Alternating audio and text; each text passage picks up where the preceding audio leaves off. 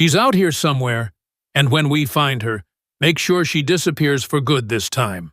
40 years is long enough to wait.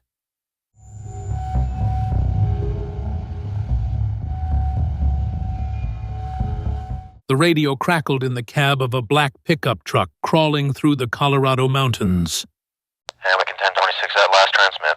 3 vehicles moved in formation through the blizzard, their headlights barely cutting through walls of white.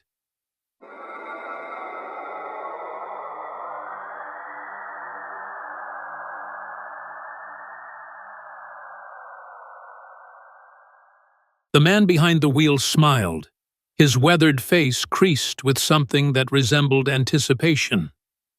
Copy that. No witnesses this time. The old woman knows too much, always has. 12 miles ahead, a woman stumbled through knee-deep snow, her thin jacket offering nothing against the -28 degrees tearing at her skin. Helen Moore had survived 40 years of hiding. Tonight, the cold seemed determined to finish what her pursuers could not. Her legs gave out near a snow-covered guardrail. She collapsed, face pressed against ice, lungs burning with each frozen breath. The darkness pressed in from all sides. After 4 decades of running, perhaps this was how it ended. Not with a bullet, but with silence. With cold. With surrender. The navy scarf around her neck fluttered in the wind. She gripped it tighter, the only thing she had left of a life stolen from her. Somewhere in the black void of the storm, headlights appeared. Before we continue, tell us where you are watching from tonight. Drop your location in the comments below. Ryan Cole gripped the steering wheel of his truck, knuckles white beneath scarred skin. The dashboard clock read 11:47 p.m., though time had lost meaning hours ago. Beside him, Ghost lifted his head from the passenger seat, ears rotating like satellite dishes scanning for signals. The Belgian Malinois had served 3 tours alongside Ryan in Afghanistan. 7 years old now, with a scar running down his left flank from the same explosion that had killed 4 of their teammates. That night in Kandahar played on repeat in Ryan's nightmares. The blast that came from nowhere. The screaming that seemed to last forever.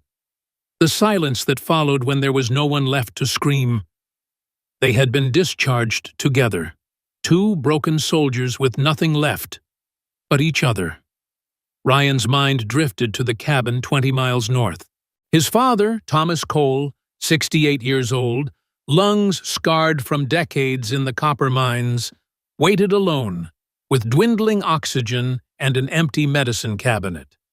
The old man had spent 30 years underground, breathing dust and chemicals, trading his health for a paycheck that barely covered rent. Now the mines were closed, the company bankrupt, and Thomas was left with lungs that rattled like paper bags. The pharmacy in town had finally restocked his prescription. A 4-hour round trip through a blizzard that any sane person would have waited out. But Thomas did not have time to wait. The rattle in his chest grew worse each day. Ryan had heard that sound before, in field hospitals overseas, in the throats of men who would not see morning. Ghost growled. The sound pulled Ryan from his thoughts like a gunshot. In 7 years, he had learned to trust that growl more than any intelligence briefing. Ghost sensed things before they became visible, before they registered on any human radar. Ryan eased off the gas, peering through the windshield into the chaos of white. Nothing, just snow and darkness and the narrow mountain road disappearing into oblivion. Ghost growled again, deeper this time, pressing his nose against the passenger window. Ryan slowed to a crawl. His headlights swept across the guardrail, illuminating snow-covered rocks and the skeletal branches of frozen pines. Then the beam caught something else. A shape. Wrong color, wrong texture, wrong position for anything that belonged in this landscape. a person. He threw the truck into park and killed the engine in one fluid motion. Military training never truly left the body. Even now, 5 years removed from active duty, his muscles remembered protocols his conscious mind had tried to forget. Assess, approach, adapt. The wind nearly ripped the door from his hands as he stepped out. Snow bit at his face, finding gaps in his collar, turning his exposed skin numb within seconds. Ghost leaped out behind him, immediately taking position, scanning the tree line with predator focus. The woman lay crumpled against the guardrail like something discarded. Her jacket was barely suitable for autumn weather, navy fabric worn thin at the elbows, buttons missing, no insulation to speak of, no hat, no gloves. Shoes meant for pavement, not wilderness, now soaked through and frozen stiff. She had not planned to be out here. She had been running from something worse than the cold. Ryan dropped to his knees beside her. His fingers found her neck. The pulse fluttered against his fingertips, weak and irregular. A candle flame in a hurricane. Hypothermia. Severe. Core temperature dropping fast. She had minutes, not hours. Her eyes opened, brown, bloodshot, wild with a terror that Ryan recognized from combat zones. The look of someone who had seen the enemy approach and knew escape was impossible. She tried to speak, but her lips barely moved. Blue-tinged, cracked, trembling with cold that had penetrated to her core. A navy scarf was wrapped tight around her neck, her fingers clutching it even now. Ryan stripped off his heavy winter coat and wrapped it around her shoulders. The cold slammed into him immediately, but he had endured worse. He had crawled through mountain passes in Afghanistan with frost-bitten fingers. His body could survive. Hers could not. "I've got you," he said, keeping his voice calm and steady. "I'm going to lift you now. Do not fight me." She weighed almost nothing. Malnutrition, perhaps, or simply the wasting that came from years of fear. Ryan carried her to the truck, Ghost circling them both, still scanning the darkness. Inside the cab, he positioned her near the heating vents, cranking the temperature to maximum. Her shivers came in violent waves now, her body's desperate attempt to generate warmth. A good sign. When the shivering stopped, that meant the end was near. Ghost jumped into the back seat, positioning himself where he could watch both the woman and the road behind them. His ears remained erect, focused on something beyond human perception. The woman's eyes found Ryan's face. Something flickered there. Recognition, though they had never met. Or perhaps she was seeing someone else. A ghost from another time wearing similar features. "They're coming," she whispered. Her voice cracked like thin ice. "Please, do not let them find me." "Who's coming?" But she was fading again, consciousness slipping away as her body devoted all remaining energy to survival. Her head lolled against the seat. Ryan made a decision. The medicine for his father would have to wait. Thomas Cole had survived this long. This woman would not last another 30 minutes. He looked at her face in the dim light. Late 50s, maybe older. Lines around her eyes that spoke of worry more than age. Dark hair streaked with gray. Something familiar in the shape of her face, though he could not place it. "Let me take you home," he said quietly, more to himself than to her. He shifted into drive. Ghost barked. Sharp. Warning. Ryan's eyes snapped to the rearview mirror. Headlights, coming up fast from behind, cutting through the blizzard with the determination of someone who knew exactly where they were going. No emergency flashers, no rescue markings. just bright beams and a dark silhouette, growing larger by the second. His SEAL training kicked in before his conscious mind could process. He knew pursuit when he saw it, knew the difference between a vehicle sharing the road and a vehicle with intent. Every muscle in his body tensed with the familiar electricity of impending combat. "Hold on," he muttered. The truck lurched forward, tires fighting for traction on ice-covered asphalt. Behind him, the pursuing vehicle accelerated to match. Ghost positioned himself at the rear window, a low growl rumbling continuously in his chest. The dog had seen enough firefights to recognize when trouble was closing in. Ryan's mind cycled through options with cold efficiency. Outrun them. Unlikely in these conditions with an injured passenger and a truck not built for speed. Confront them. Possible, but risky without knowing their numbers, their weapons, their willingness to use them. Evade them. The only viable strategy with the highest probability of keeping this woman alive. He thought of his teammates in Kandahar, the ones who did not make it home. He would not add another name to that list tonight. The mountain road curved sharply ahead, a switchback that locals called Dead Man's Turn.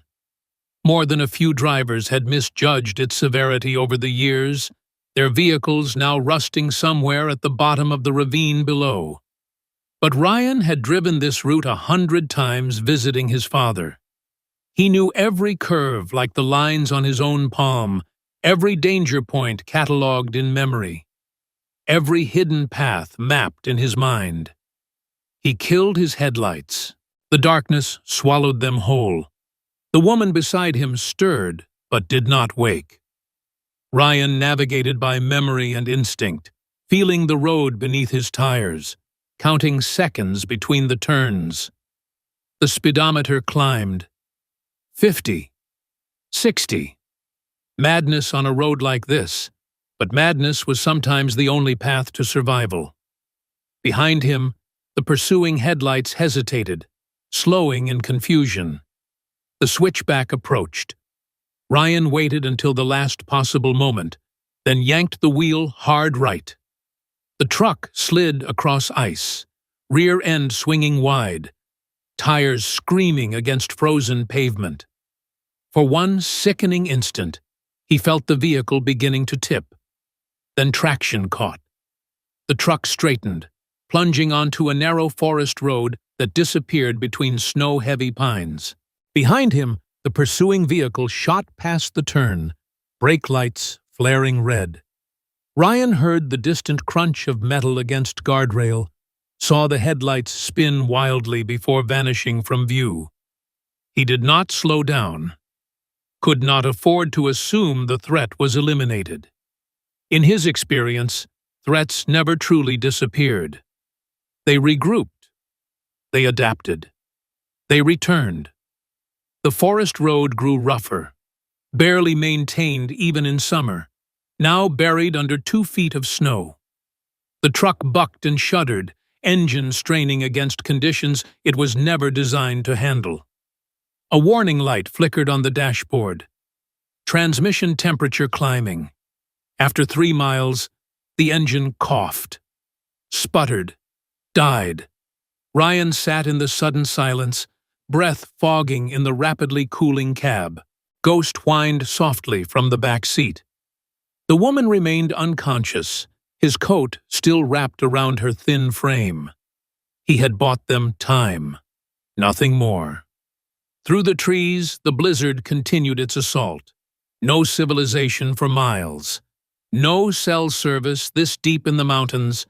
No options except to move forward on foot. Ryan assessed his resources.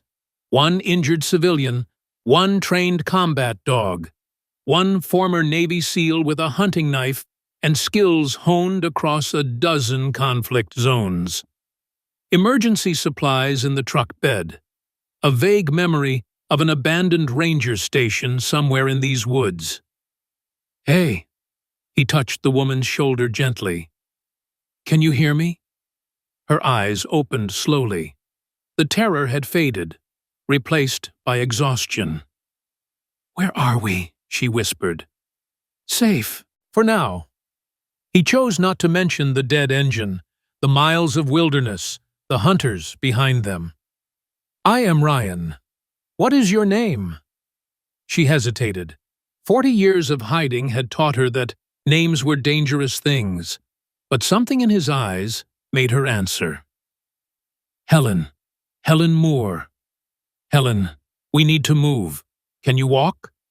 She tried to sit up, winced, tried again. Every movement cost her, but she nodded. Ghost jumped out first, nose to the ground, reading the landscape in ways humans could never understand.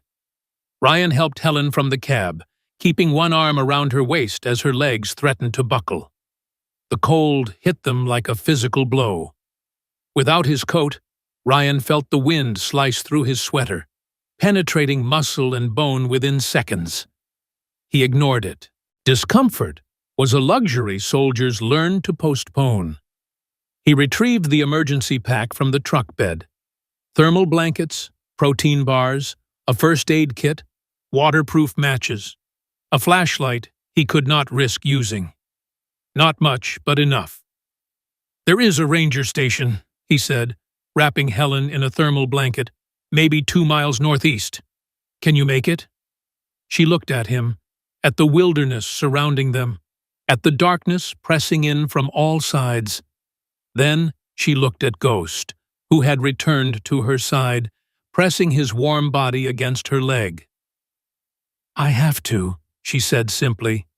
They walked. If you are enjoying this story so far, please hit the subscribe button and turn on notifications. Your support means everything. The snow reached Ryan's knees and Helen's thighs. Every step required effort, planning, determination. The cold attacked from every direction, finding gaps in clothing, stealing heat from exposed skin, turning breath into clouds that crystallized instantly in the frigid air. Ghost moved ahead, finding paths of least resistance, circling back when they fell behind. The blizzard showed no signs of relenting, visibility dropping to mere feet at times. Pine trees loomed on either side like silent sentinels, their branches heavy with snow. Occasionally a limb would crack under the weight, dumping its frozen burden with a sound like distant thunder. The forest smelled of ice and evergreen, a clean scent that would have been pleasant under different circumstances. Now it merely reminded Ryan of how far they were from safety. Helen spoke in fragments, her voice carried away by wind, emerging only in brief pauses between gusts. "They found me, after 40 years. "Who found you?" "The people I ran from." She stumbled, and Ryan caught her before she fell. "I saw something I should not have seen. A truck carrying contraband. An accident. Men who wore badges but served darker masters. They gave me a choice. Leave and stay silent, or watch everyone I loved suffer. So you left. I thought I was protecting someone, a man I loved." Her voice cracked. "They told me he did not want me, that he chose safety over love. I believed them because believing hurt less than hoping." Ryan guided her around a fallen tree. Ghost paused ahead, ears flat, then continued forward. No immediate threat. "What was his name?" Ryan asked, not knowing why the question felt important. Helen was silent for a long moment. When she spoke, her voice was barely audible. "Thomas." Ryan's step faltered. Thomas was his father's name. Before he could process the coincidence, Ghost stopped. The dog stood rigid, staring into the darkness. Not growling, silent alertness, the kind that preceded combat. Ryan pushed Helen behind a boulder, positioning himself between her and whatever Ghost had sensed. His hand found the hunting knife at his belt. Seconds stretched into eternities. Then, Through a gap in the trees, he saw it. A faint light. Not moving. Not searching. Just there, steady and warm against the cold. The ranger station. Ghost relaxed, tail wagging once. Ryan let out a breath he had not realized he was holding. "Almost there," he said. The station was small, barely more than a cabin. 4 walls, a roof, shelter from the killing wind. Ryan forced the door open, finding the inside dusty but intact. A wood stove in the corner. Emergency supplies on shelves. Cots with moth-eaten blankets. He guided Helen to a cot, then turned to the stove. Matches from his pack. Kindling from a box near the fireplace. Within minutes, flames began to lick at the wood, casting dancing shadows across the walls. Ghost stationed himself near the door, while Ryan worked to raise the temperature. The cabin would take hours to truly warm, but the fire made it survivable.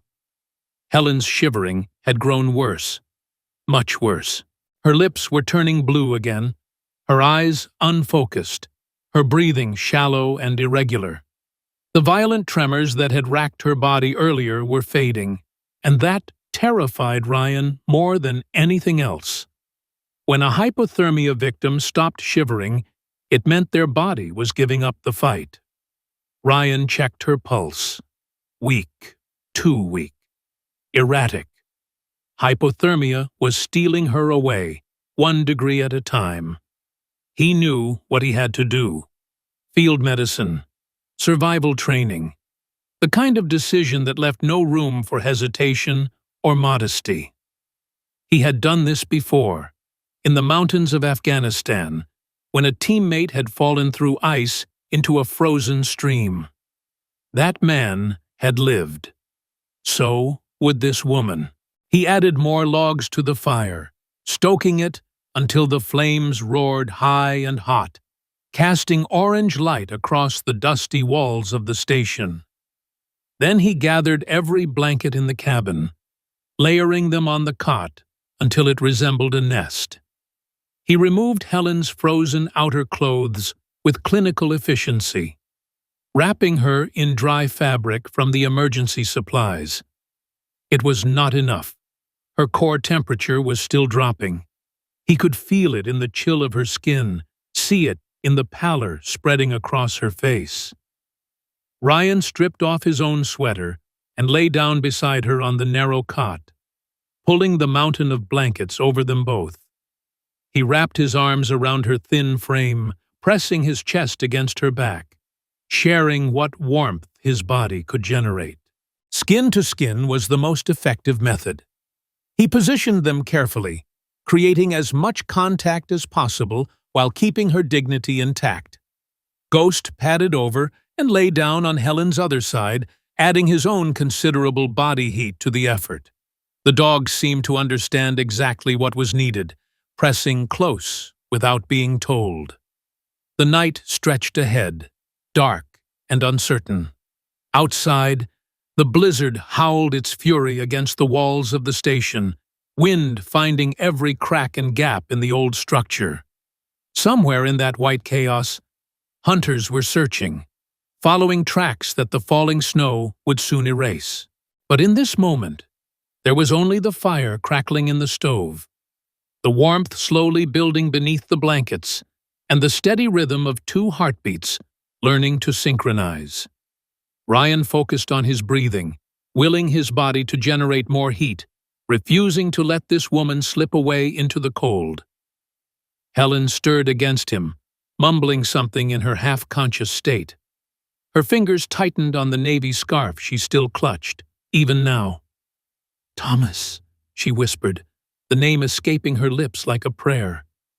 "I never stopped loving you. I never wanted to leave." Ryan froze. Thomas. His father's name. Again, spoken with a tenderness that suggested history, depth, loss. He looked at the woman in his arms, at the navy scarf still tangled in her fingers, at the lines of her face that seemed suddenly, impossibly familiar. The shape of her brow, the curve of her jaw, features he had seen somewhere before, though he could not place where. Who was she? What was her connection to a man named Thomas in this remote corner of Colorado? And why did her presence feel less like coincidence and more like the universe correcting a terrible wrong? Drop a comment below if you think you know where this story is heading. We will continue after a short break. Dawn was still hours away. The fire crackled and hissed. Ghost kept watch with ancient, knowing eyes, and Ryan Cole held a stranger who might not be a stranger at all, waiting for answers that the morning would bring. Outside, the hunters regrouped. The storm began to fade, and destiny, patient as ever, prepared to reveal its hand. Morning light filtered through the frost-covered windows of the ranger station, pale and cold. Ryan had not slept. His body remained curled around Helen beneath the blankets, sharing warmth through the long hours of darkness. Ghost lay pressed against her other side, a living furnace of fur and loyalty. Sometime before dawn, her shivering had stopped. Not the dangerous stillness of hypothermia claiming its victim, but the peaceful calm of a body finally warm enough to rest. Her breathing had deepened, her pulse had steadied, and Ryan had allowed himself to believe she might survive. Now, as gray light crept across the dusty floorboards, Helen stirred. Her eyes opened slowly, unfocused at first, swimming up from whatever dreams had held her. She turned her head, and her gaze found Ryan's face inches from her own. For a moment, confusion flickered across her features. Then something else. Recognition. Wonder. "Thomas?" she whispered, her hand reaching up to touch his cheek. "Thomas, is that you? I thought I would never see you again." Ryan held perfectly still. Her fingers traced the line of his jaw, the shape of his brow, mapping features she seemed to know by heart. "I waited for you," she continued, tears gathering in her eyes. "Every day, I waited. Why did you never come?" "Helen," Ryan kept his voice gentle. "I am not Thomas. My name is Ryan." The fog cleared from her eyes. She blinked, pulling back, and the years of running snapped back into place around her like armor. "I am sorry." She withdrew her hand quickly, embarrassment flooding her cheeks with color. "You look so much like someone I knew long ago." "Thomas," Ryan said. The name sat heavy on his tongue. "You mentioned him last night, too." Helen looked away, toward the window, toward a past Ryan could not see. The navy scarf remained clutched in her fingers, worn wool dark against her pale skin. "We should not speak of ghosts," she said quietly. "They have a way of refusing to stay buried." Ryan extracted himself from the blankets carefully, leaving her wrapped in warmth while he moved to check the fire. The wood stove had burned low during the night, embers glowing red beneath a layer of ash. He added fresh logs, coaxing the flames back to life. Ghost rose and stretched, then padded over to Helen. The dog pressed his nose against her hand, tail swaying gently. She flinched at first, old instincts screaming warnings about anything that moved too quickly. But Ghost waited, patient and calm, until her fingers found the soft fur behind his ears. "He likes you," Ryan observed. "That is rare. Ghost does not trust easily." "Neither do I." Helen managed a small smile. "Perhaps we recognize something in each other. If this story is touching your heart, please share it with someone who needs hope tonight. Your shares help us reach more people." Ryan found canned soup among the emergency supplies, heating it over the wood stove. The smell of vegetables and broth filled the cabin, pushing back the cold. He poured the soup into 2 cups, carrying one to Helen. "Thank you." She accepted the cup with both hands. "For everything, saving my life." I did what anyone would do. "No," Helen shook her head. "Most people would have driven past. You stopped." Ryan settled onto a wooden crate near the stove, cradling his own cup. "Tell me about him," he said. "Thomas?" Helen's hands tightened on the cup. For a long moment she did not speak. "We were young. I was 22. He worked in the copper mines. We were going to get married that spring." Her voice caught. "I loved him more than I knew it was possible to love someone." "What happened?" "I saw something I should not have seen." A truck carrying contraband crashed on the mountain road. The men who arrived to clean up wore uniforms, but they served darker masters. They gave me a choice: leave and stay silent, or watch everyone I loved suffer. So you left. I was pregnant when I left, alone, terrified. Her voice broke. I gave birth in a clinic 200 miles from here. They let me hold my baby for 3 minutes before they took him, told me he stopped breathing. Ghost whined softly and rested his head on her knee. "What about you?" she asked, lifting her gaze to meet Ryan's. "What brings a Navy SEAL to these mountains in the middle of a blizzard?" Ryan hesitated. He was not accustomed to sharing, to opening doors he had welded shut years ago. But something about this woman, about this night, demanded honesty. "My father lives in a cabin north of here.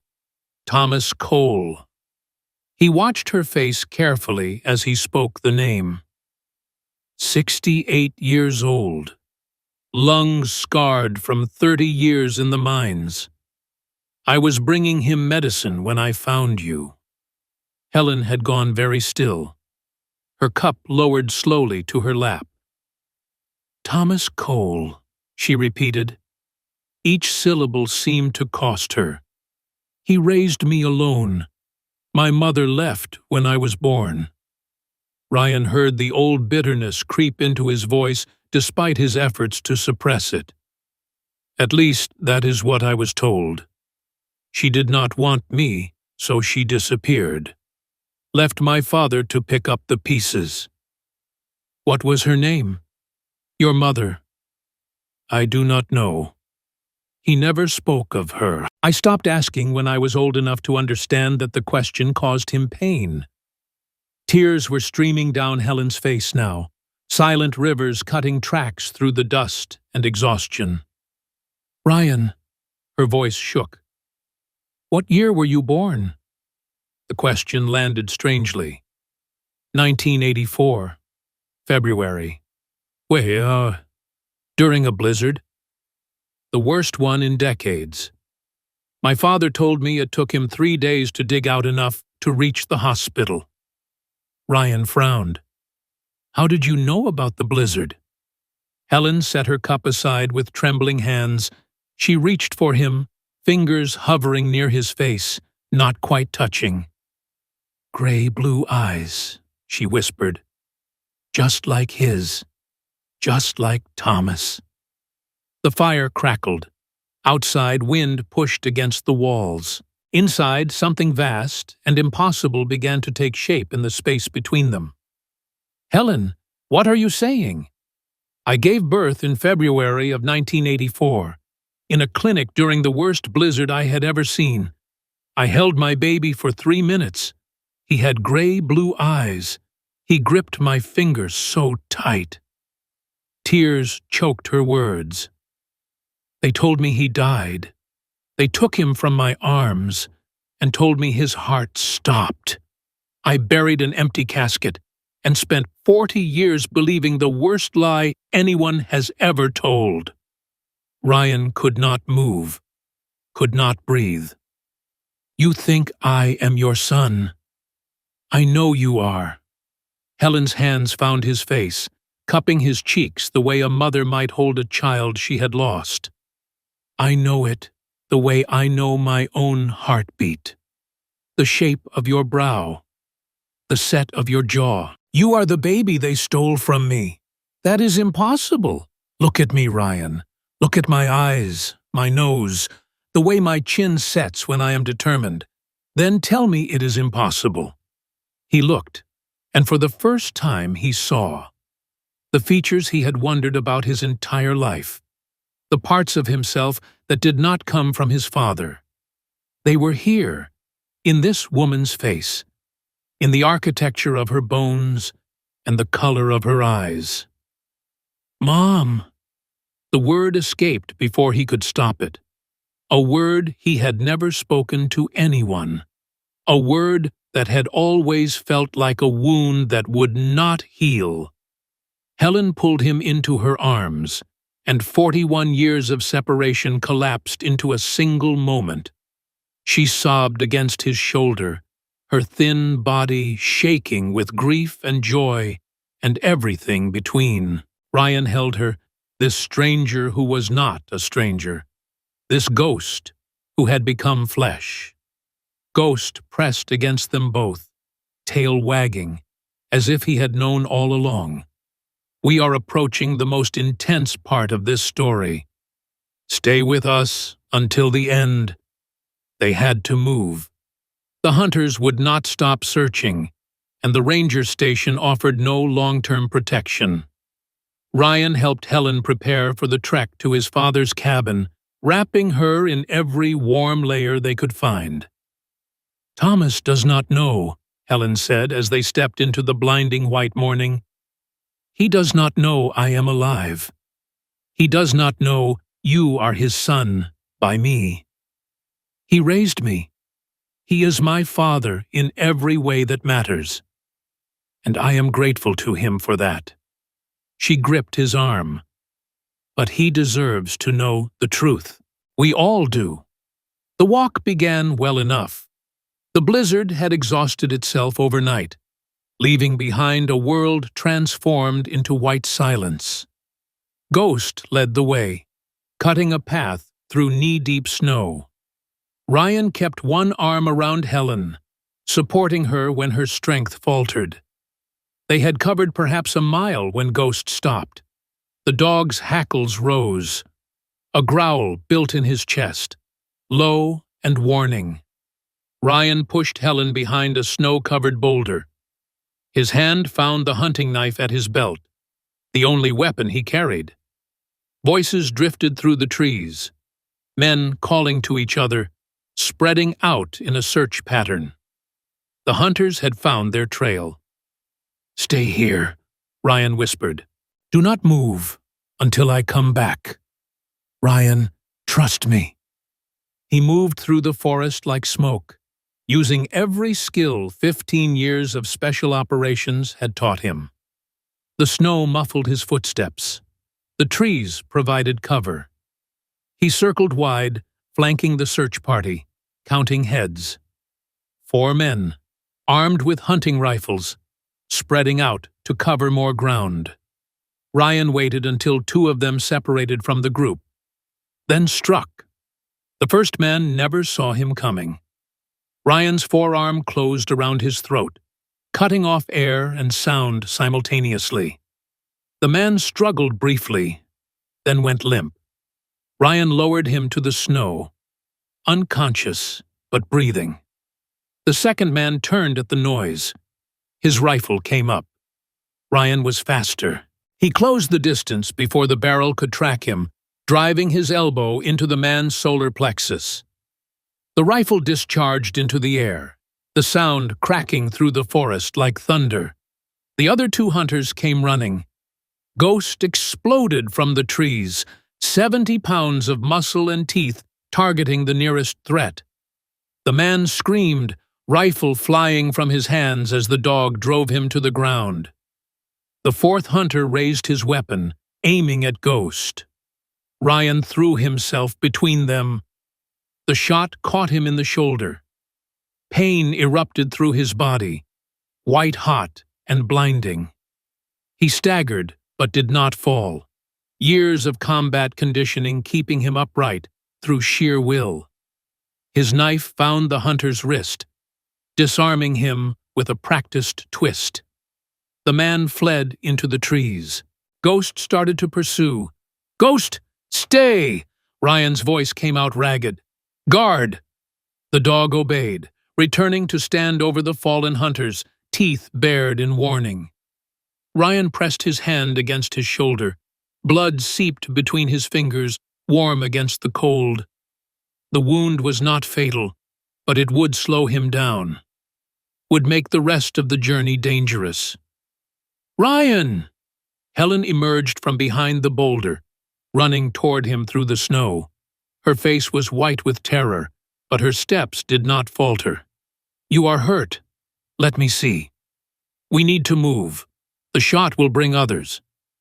"You are bleeding." She pulled at his coat, exposing the wound beneath. "We need to stop the bleeding first. There is no time. I am not leaving you." Her voice cracked with emotion that went far deeper than the moment. "Not again. I lost you once. I will not lose you again." Her hands worked at the navy scarf around her neck, unwinding it with desperate efficiency. Before Ryan could protest, she pressed the worn wool against his wound, binding it tight to slow the bleeding. "This scarf," she said, her voice thick with tears, "I made it for you. Before you were born. I wanted you to have something warm when you came into the world. Something to remind you that you were loved." Ryan stared at the faded navy fabric now stained with his blood. 41 years she had carried it. Across cities and state lines, through decades of hiding and fear, carrying a piece of her stolen child against her heart.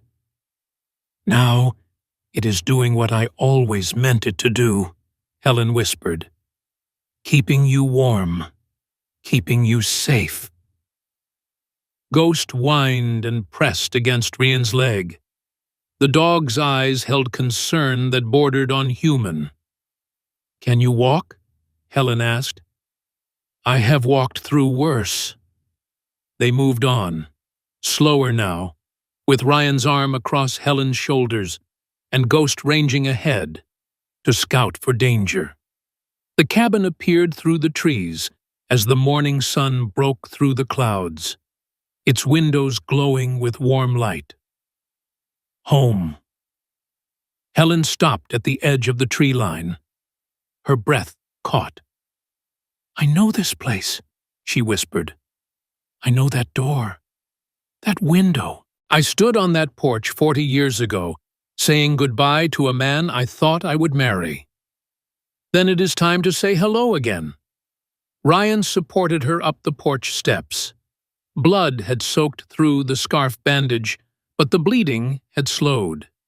He would survive. They all would. He knocked. Footsteps shuffled inside.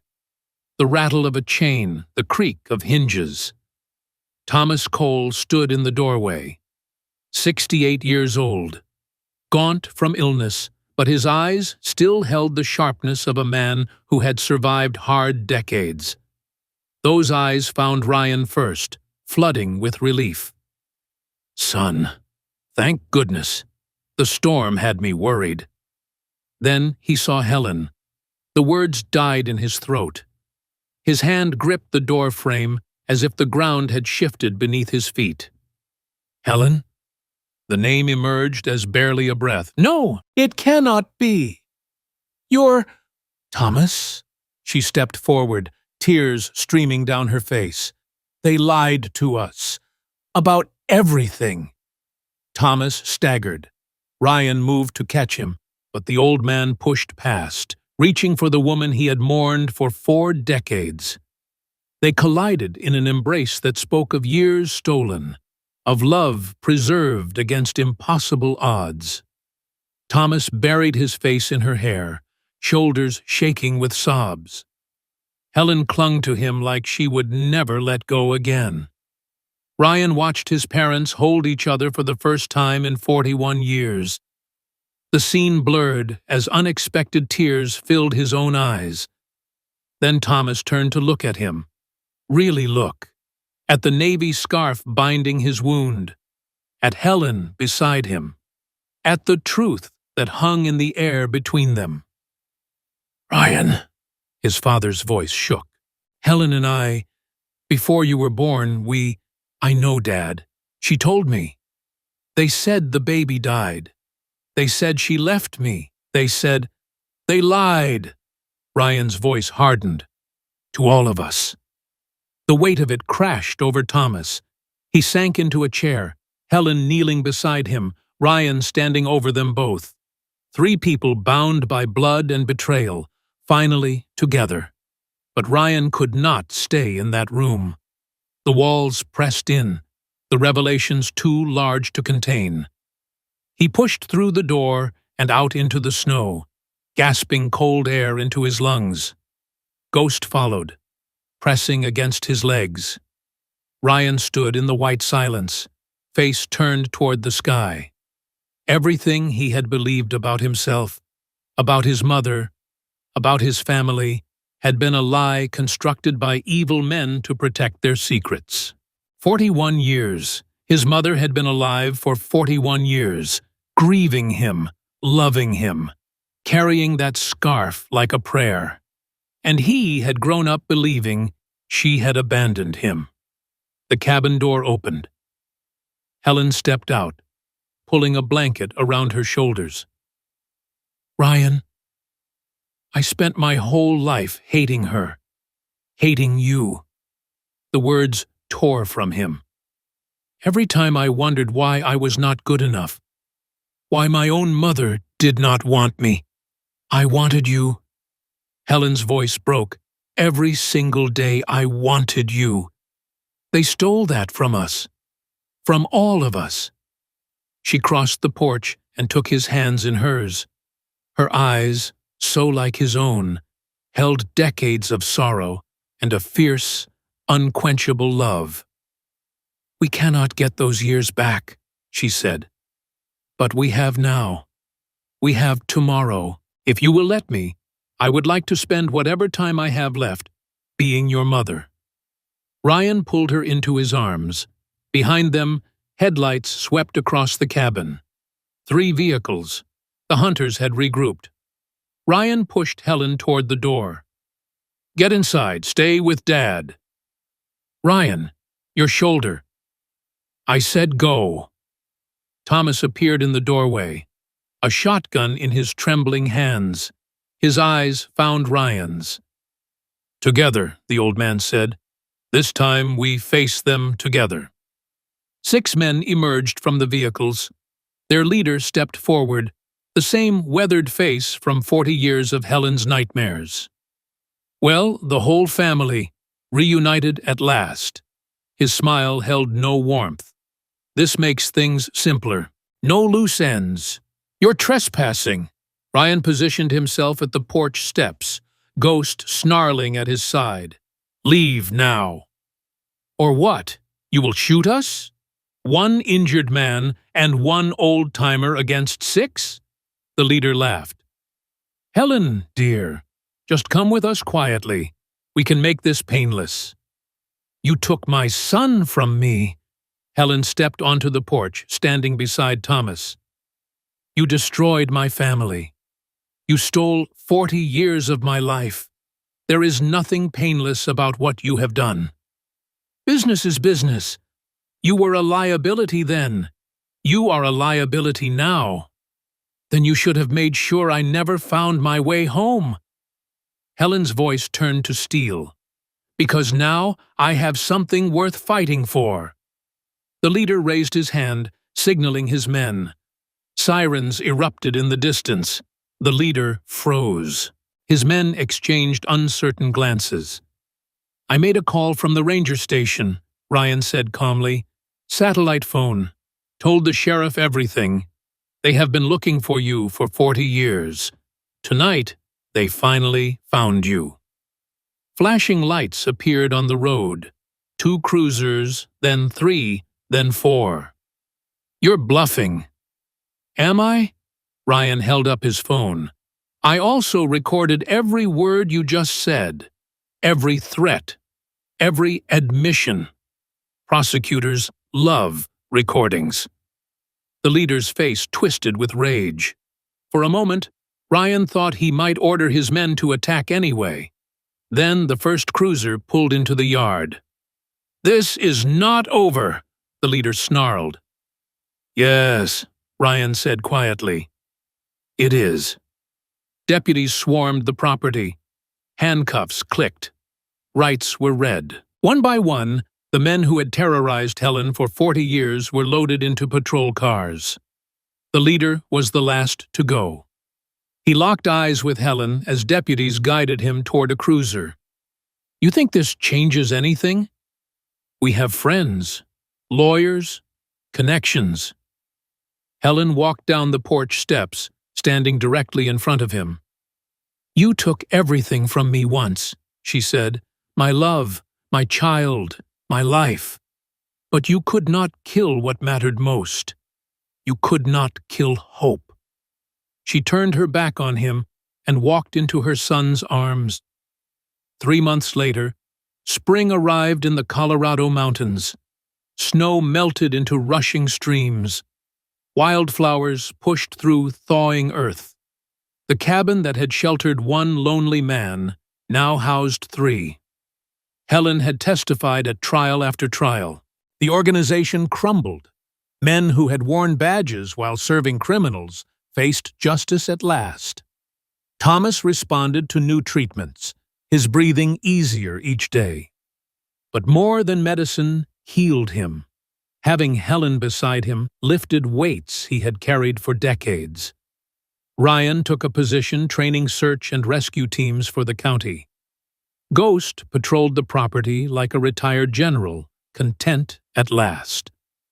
One evening, as sunset painted the mountains gold, Ryan found Helen on the porch. The navy scarf lay across her lap, newly washed. The bloodstains finally gone. "I want you to have this," she said, pressing it into his hands.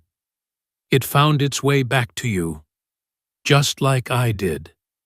Ryan ran his fingers across the worn wool. 41 years of love, woven into every stitch. Thomas joined them, easing into a chair. Ghost settled at their feet. "You kept your promise," Helen said to Ryan, "that night in the snow. You said you would take me home. I thought I was just finding the shelter." Ryan smiled. "I did not know I was finding my family." Thomas reached across and gripped his son's hand. "After 41 years," the old man whispered, "we are finally complete." The scarf remained in the family for generations, passed down as a reminder that some bonds cannot be broken. Not by distance, not by lies, not by time.